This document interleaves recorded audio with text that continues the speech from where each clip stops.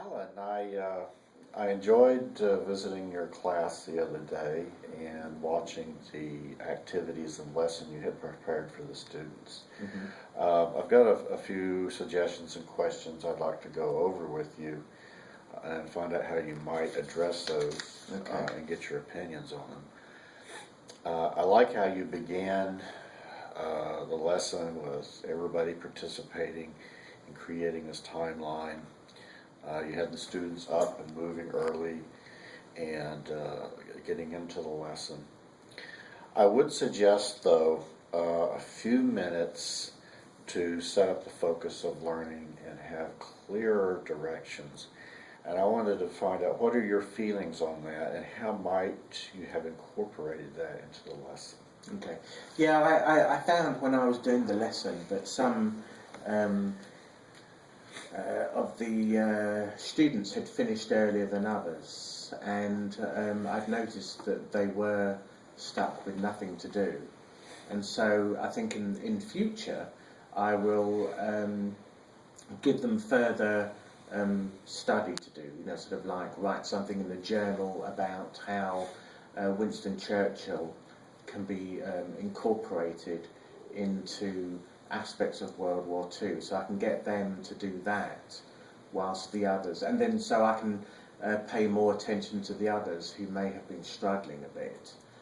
So yes, having done the lesson, I realised that was a flaw in what I did, and that's definitely a learning opportunity that I can use for next time. Is to get the ones who'd finished quicker to do more tasks, such as writing in a journal about their perspectives on how Winston Churchill was incorporated, and then attend to the others who were very good.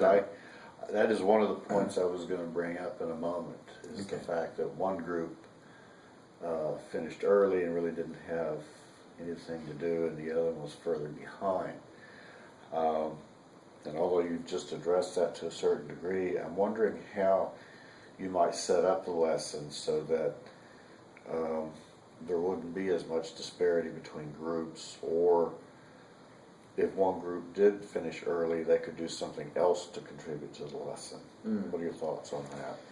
Yeah, that's very true. What I can do is, as you say, split up the groups so that they're more evenly matched in terms of their skills and abilities. So the ones who are able to finish quicker can help the ones who are finishing slower. Excellent. Yes. And then they can also help out with the journals as well, to talk about their perspectives on how Winston Churchill is,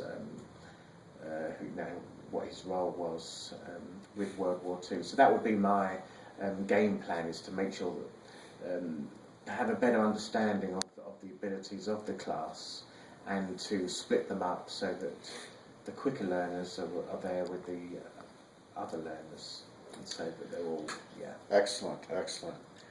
On a positive note, I noticed that you gave quite a bit of positive feedback, saying things like good or well done, etc. But I would recommend more praise in the lesson, even though you had incorporated some of that.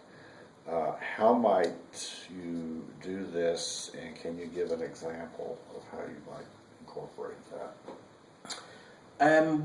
What I would do is pay more attention to the table, so I'd go around the tables more and be more proactive in being involved in what they were doing. I think I probably spent too much time at the head of the class, doing an overview and planning my next stage, rather than looking at the tables and going around the tables and being more proactive with the students on their tables. So that's what I'll do, is I'll go around more the tables and be more proactive in what they're doing, and giving praise and direction to students who need further direction. I did notice that there was very little mention of Winston Churchill until the end. Do you think that was acceptable or appropriate in the overall lesson plan, or do you think it might be useful to incorporate that earlier? And when would you do that? I do, yeah. I realised that was a weakness in my lesson plan that I definitely will address for next time. That initially I thought it would be a good idea to lay out an overview and then see how Winston Churchill plays into it.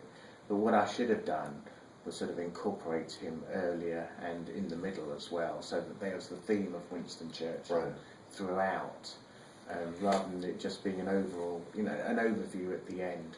So that was definitely a weakness that has been identified, and I appreciate you, as a learning opportunity, bring that to my attention, and I can improve on that for next time by definitely mentioning Winston Churchill in the beginning and how he was fundamental to drawing the Allies, particularly Britain and America, together from the outset, and giving material to Britain before the USA formally joined the war, and so that was very good for the beginning. And then, towards the middle, I can say, well, that America looks like America's preparing for war, and Winston Churchill is encouraging America to prepare for war, to be on our side, and then towards the end with strategies for once America was in the war, about the battle plan and how to defeat the Axis powers. Excellent.